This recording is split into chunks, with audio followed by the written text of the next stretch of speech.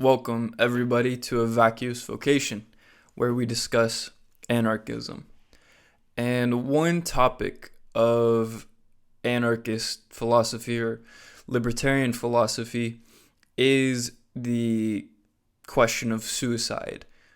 What is the perspective on suicide?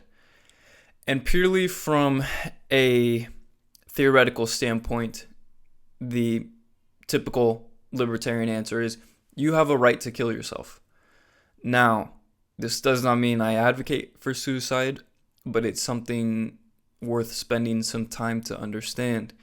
And where we have to begin is with John Locke's conception of property and the question of who owns you? Do you own yourself? If you can accept that you own the shoes on your feet, the shirt that you bought, your toothbrush that you use, then this is your property.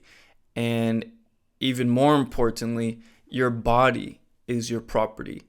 If someone else can tell you that you can't do this or that with your own body, well, then, first we have to really get into understanding what rights are. So the libertarians typically are in favor of negative rights but reject positive rights. And an example of a negative right is something you don't need other people for. So to think, to breathe, to move your body, these are things that you have naturally as part of your abilities as a human being. Now, positive rights are rights that you need other people for. For example, the right to own a microwave. Well, you need everyone who, if that was labeled a right, you need everyone who first manufactured the microwave to either work for money or by compulsion to create the microwaves that are your right, essentially. So you can apply this to most things, whether it be education, healthcare, a right to a home, a right to food, to clean water. These are all good things in themselves, but making them a right by dictate essentially makes them compulsory to a civilization and a society. And in order to understand the implementations and the effects of this, you have to understand that these positive rights have effects. And what I mean by this is Ludwig von Mises used the example of milk. When you impose a price control on milk, so you make the price at a ceiling, it cannot be, the cost of milk for consumption cannot be more than this specific price. In essence, what you're doing is you're pricing out the marginal producers of a certain good. And for this case, in the milk producers, those are the cows, but the farmers who, take the milk to the market have to cover their cost. And if they can't compete with the larger industries who can have a cheaper cost, they still supply their milk on a market at a marginally higher price typically, but maybe it's to more localized communities, for example. And when you impose this law of a price ceiling on a certain good, all you're doing in essence is reducing what otherwise would have been optimal supply discovered on the market. So now you can take this example of a price control that essentially creates shortages and apply it to homes in the form of rent control, apply it to healthcare in the forms of doctors willing to perform specific services such as surgeries, as well to education, all across the board. And what I'm trying to get at is that each intervention in the market creates distortions. And these distortions typically are not seen. They're considered to be the unseen consequences of a specific government mandate. And I really think that there's an anarchist argument to be made that a large percentage of the suicides that occur in the society come due to distortions from government involvement in the society. And more specifically, let's begin with some concrete examples. In schools, why is it that we always blame bowling as the culprit, but never the place where bowling occurs? For example, we all know that the roads are dangerous, and we say, buckle your seatbelt. And yet we tell people don't drink and drive. But why is it the people that never run and operate the roads are held liable for allowing having the accessibility of people who are going to potentially commit harm other people to be allowed entrance? You can have more rigorous ways of preventing harm and crime in societies, but we're not able to see this because typically where most of these crimes occur are in institutions that are not allowed to have competition in the purest sense of the word. There's heavy amounts of regulation that go into the operation and the services of roads and schools. What schools are is institutions of ideology. And if you can control the ideology, you can, to some extent, control the population. So that's why governments don't like private schools as much, because it creates a competition in ideology. But what I'm trying to get at is if you look at children who go to these schools, the most, vulnerable people in a society, they're small, they're weak, they're fragile, they're very malleable mentally. You put them in a room sometimes with people who are not like them at all. And schools can be some of the only places that children ever encounter violence in their lives. And there's countless examples of bullying that leads to depression, that leads to self-harm, that leads to suicide.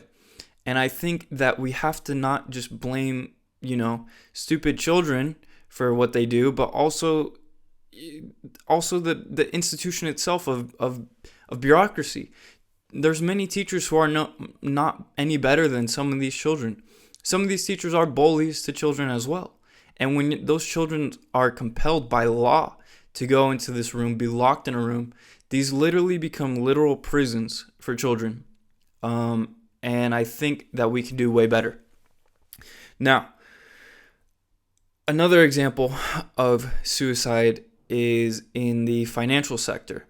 If you look at the Great Depression, if you look at the recession of 2008, many people lost their livelihoods, their jobs, and many people were driven to suicide. I heard about a place in London, part of like the financial district or something, a bar, like a rooftop bar, that after the 2008 recession, a lot of bankers or Wall Street types, investors would go to that bar and jump off. And the issue is when you have this fiat money that's backed by nothing other than the force of the Navy, of the government, and you have these malinvestments and low percentages of investment rates that allow for this quantitative easing to occur, you don't have markets that are backed by consumer demand. You have markets that are severely distorted and they're faulty. And when they default, because prices have to adjust and the cleansing process occurs of like trying to reallocate prices to resources used, a lot of these businesses and sectors are not used adequately. And when they go under, and these investments default, and they fall flat on their face, people have those specific types of people, I feel like, lack the moral, or the as Mises said, in regards to being a banker. If you were smart, you wouldn't be. The idea being that you're just dealing with money. You get removed from actual goods and services that are produced on the market for people. So, and especially when the money is fake, when it's easy, when it's just given to banks willy-nilly because they're too big to fail, then a lot of those people, whether it's greed or envy, get caught up in the money, and when it's gone, I feel like they have nothing left. They really feel like, some of these people, I mean, I'm speaking in complete blanket categories, which I don't mean to be, but I'm trying to get to the heart of the logic of the point I'm trying to make, which is that you need morals. You need morals to save you. And I think all morals are subjective, but you need to find your subjective morals, because what it comes down to, even as a humanitarian, which I try to consider myself as a peaceful person, not trying to disrespect or aggress onto anybody, is that there's going to be people that commit suicide, and you can't save them. Actually, one more example I want to give is a book I'll never forget called Promise Me You'll Shoot Yourself. And it discussed the epidemic of suicides in East Germany at the end of World War II, when the Russians were invading from the East. And it was whole families. It was women, mothers, killing their children in fear of what was coming for them. And again, that's a result of war, of violent conflict. And again, where do wars come from? They come from the state. War is the lifeblood to this state. And it's awful, it's atrocious, and one effect of the state was leading to war, and as a result, you had this epidemic of suicides. But getting back to my point, as a humanitarian, is you need your families and friends and society and morals to tell you not to commit suicide. But the libertarian logic is that if you own your body, you have the right to move it, to use it, to sell it, to cut it, to kill it. It's your body, it's your life, it's your choice in that sense. And I'm not advocating for suicide, but I think it's impossible to say that that suicide is not something that's going to occur just by legislation. And when you allow something like this to be deemed illegal, then what that means is that the institution, the state that enacts this law, has a higher claim to your body than you do as an individual. Because if they say you can't kill yourself, that means they have a higher claim and authority to your own body and what you can choose to do with that. And you can't have freedom with a state, especially one that controls your life to, the maximum degree that totalitarian regimes do. So, in closing, I think that you should always find reasons to live, because as Mises says, suicide is radical resignation from society. And it's a permanent solution for problems that can sometimes be solved with some perspective. Thank you.